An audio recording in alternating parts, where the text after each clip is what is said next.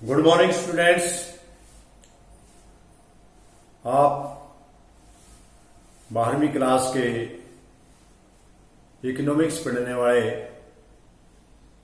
छात्रों का आज की कक्षा माइक्रो इकोनॉमिक्स लेसन नंबर 7 में आपका स्वागत है।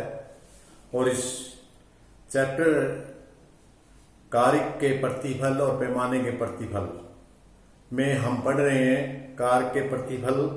पिछले पीरियड में हमने कारक के प्रतिफल पढ़ा था और आज के लेसन में हम प्रवृत्ति के नियम पढ़ रहे हैं। जो हमने कारक के या साधन के प्रतिफल के नियम पढ़े हैं, आधुनिक अर्थशास्त्रियों ने इन तीनों को कारक के बढ़ते प्रतिफल के नियम, कारक के समान प्रतिफल के नियम और कारक के घटते प्रतिफल के नियम को इकट्ठा करके कारक के प्रवृत्ति के नियम के नाम से पुकारा है। इनको जो आधुनिक अर्थशास्त्री है उन्होंने उनको इकट्ठे करके तीनों नियमों को, बढ़ते, समान और घटते प्रतिफल के नियमों को, कारक के प्रतिफल के नियम थे, उनको इकट्ठा करके प्रवृत्ति का नाम दिया है। और उन्होंने क्या कहा, चलो करते हैं आज इसी बारे में बातें, प्रवृत्ति के नियम के बारे में। जब उत्पादन का एक कारक, जैसा कि हमने साधन कारक के अनुपात बताया था, उसी प्रकार जब उत्पादन का एक कारक परिवर्तनशील है, बाकी इसी तरह है। देखिए कंडीशन है वही जो कारक के प्रतिफल में था, कारक के प्रतिफल के नियम में तो वही कंडीशन यह है कि यदि एक साधन परिवर्तनशील है और बाकी सीधन है तो उत्पादन परिवर्तन साधन के अनुपात में परिवर्तन करने पर जो परिवर्तनशील साधन, बाकी सीधनों में तो परिवर्तन करना ही नहीं, जो परिवर्तनशील साधन उसमें परिवर्तन करने पर, समान इकाई बढ़ाने पर उत्पादन में पहले बढ़ते हुए तरीके से वृद्धि होती है, फिर समान और फिर बाद में घटते अनुपात में बढ़ता है। बड़ी आसान सी बात है बेटा। जब हम अनुपात परिवर्तनशील साधन में कोई साधन में परिवर्तन करते हैं, बढ़ाते जाते हैं एक एक इकाई करके, तो उसका साधन में पहले इसके उत्पादन में बढ़ती दर से परिवर्तन होता है, फिर समान दर से होता है, फिर बाद में घटते अनुपात में बढ़ता है। बढ़ता हर बार है, पहले बढ़ती दर से, फिर समान दर से, फिर घटती दर से। देखिए हम एक उदाहरण के द्वारा इसको उदाहरण करने से पहले हम इसकी मान्यताएं देख लें, किसी मान्यताओं पर यह काम करता है। इसकी मान्यता नंबर 1 तो शीतल अनुपात नहीं, इसका सारे तत्वों में शीतल अनुपात नहीं होता, क्योंकि कुछ साधन शीतल है, एक साधन परिवर्तनशील सा है, इसलिए उसका अनुपात सेम नहीं है, तो उसमें समान अनुपात नहीं है। दूसरा, सभी इकाइयां समरूप, इस मान्यता पर डिपेंड करता है कि सारी इकाई समान है। जो हम एक एक करके बढ़ा रहे हैं या श्रम की इकाई एक एक करके बढ़ा रहे हैं, वो समान रूप से बराबर कुशल है, समान रूप से एक जैसी इकाई है। ये नहीं कि एक बार पहले हमने पहला श्रमिक लगाया, वो तो बड़ा कमजोर सा लगा दिया, दूसरी बार लगा बड़ा ताकतवर लगा दिया, तो उसको काम करने की क्षमता ज्यादा होगी। तो इस प्रकार सभी इकाइयां समरूप हम ये मान के चलना है, शीतल अनुपात नहीं है ये मान के चलना है। और एक साधन परिवर्तनशील है, बाकी साधन शीतल है, ये बात मान के चलना है। और जो परिवर्तनशील साधन है उसकी एक एक इकाई करके प्रयोग की जाने वाली है। ये नहीं कि एक बार तो एक इकाई कर दी, फिर अगली बार 5 इकाई कर दी, फिर 2 कर दी, फिर 8 कर दी, सब ये एक एक करके इकाई बढ़ानी है। और उसके बाद सारे साधन, बाकी एक को छोड़ के सारे साधन सीमित तो शीतल है। और तकनीकी भी शीतल है, तकनीकी में कोई परिवर्तन नहीं है, तब ये नियम लागू होंगे, वरना नहीं। इन मान्यताओं के आधार पर हमारा ये नियम काम करता है, प्रवृत्ति का नियम। ये परिवर्तन के नियम की मान्यताएं थी, मान्यताओं पर डिपेंड करता है। इसके बाद हम एक उदाहरण के जरिए इस नियम को सीखने का प्रयास करेंगे। देखिए मैंने एक यहाँ तालिका बनाई हुई है, भूमि की इकाई है ये एक एक, क्योंकि ये शीतल अनुपात है, शीतल साधन, और ये आपका परिवर्तनशील साधन है। नीचे देखिए मैंने परिवर्तन साधन किए हुए हैं, एक है, ये एक था, ये एक है, उत्पादन है 2, सीमांत उत्पादन 2 या होगा।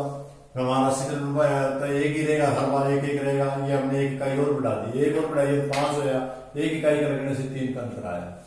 आगे एक और लगा दी तो उसमें 9 उत्पादन, तो तो फर्क आया 4, यानी बढ़ती हुई दर से आया।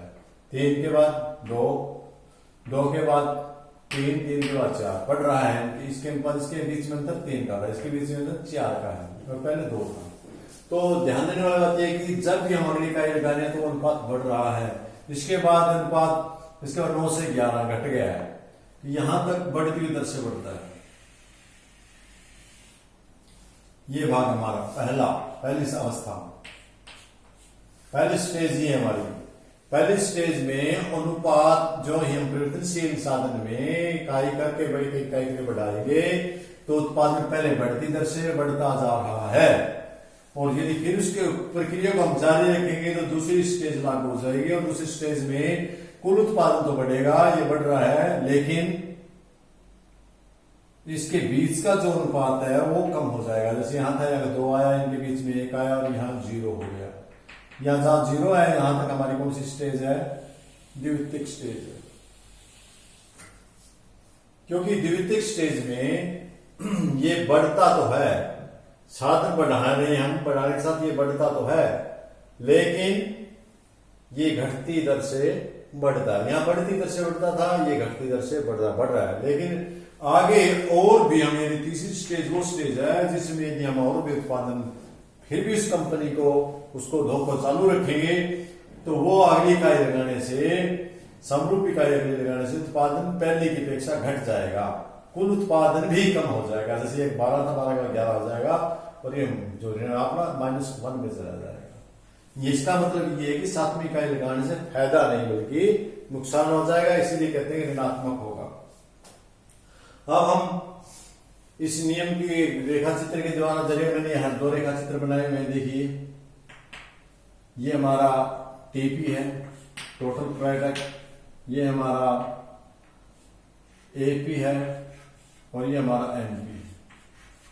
अब देखिए, मैंने नीचे नंबर ऑफ लेबर लिए, नीचे नंबर ऑफ लेबर, यहां मैंने एनपी और एपी लिए, यहां मैंने टीपी लिए। पहले टीपी का डायग्राम बनाते हैं।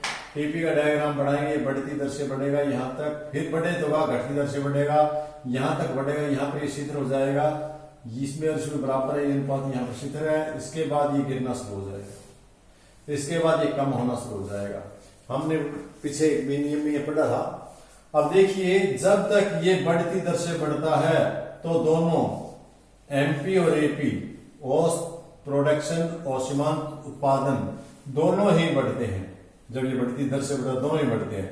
जब ये बढ़ता है लेकिन घटती दर से बढ़ता है, दोनों गिर जाते हैं, दोनों गिर जाते हैं। लेकिन एमपी एपी की अपेक्षा जल्दी से गिरता है, ज्यादा गिरता है, जबकि एपी गिरता तो है लेकिन कम गिरता है।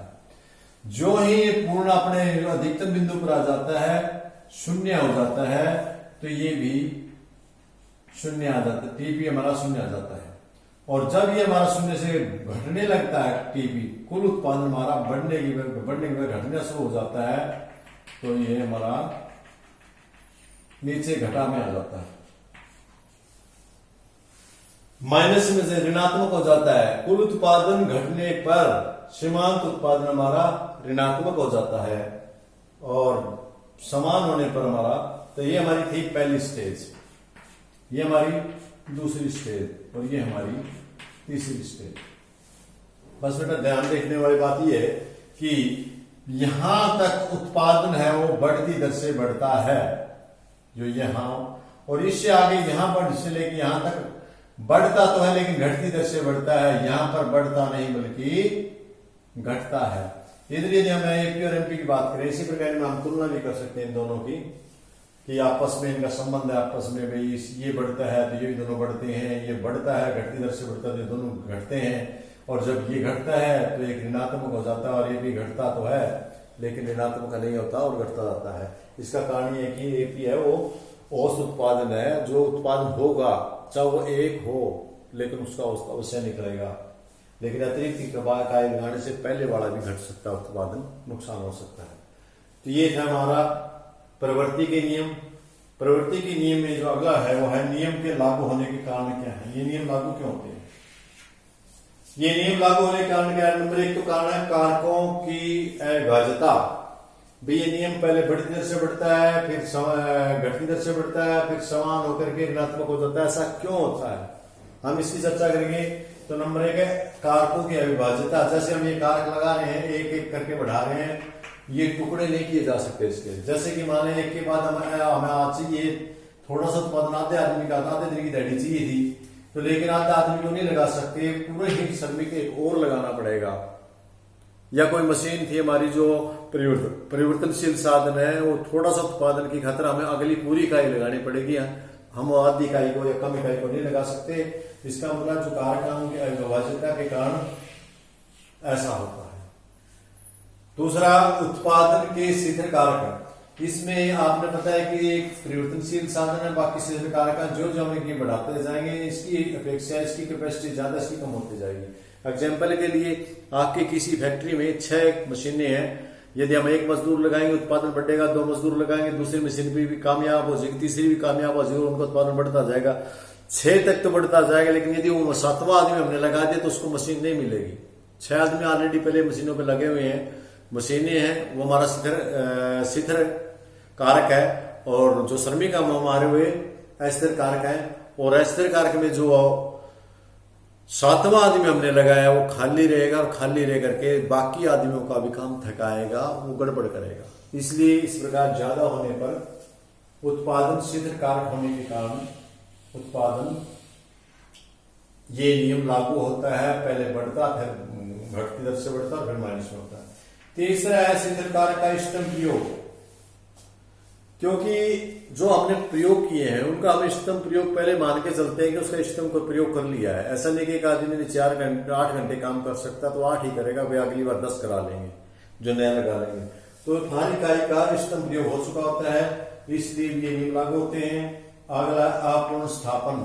अपूर्ण स्थापन का मतलब उसकी वस्तु की जगह हम सही रूप से दूसरा साधन प्रयोग नहीं कर सकते। जैसे कि राम व्यक्ति है, कोई वो उद्योग संभाल रहा है, फैक्ट्री मैनेजर है, उसकी हम दूसरा आदमी नहीं ले सकता, उसी का ज्ञान है, उसको पता है। या उस फैक्ट्री में काम करने वाले मजदूर हैं, उनको उसी का पता है, हम दूसरी फैक्ट्री के मजदूर को वहां लगाएंगे तो वो उतना उत्पादन नहीं दे पाएगा। तो कहने का मेरा भाव यह है कि प्रिय छात्रों, ये नियम लागू होने के ये निम्नलिखित आपके कारण थे। इन कारणों से और उपरोक्त मान्यताएं मान करके हम इस नियम की व्याख्या करते हैं, और इस प्रकार आज आपने पूरे अच्छे से ये पढ़ा प्रवृत्ति के नियम।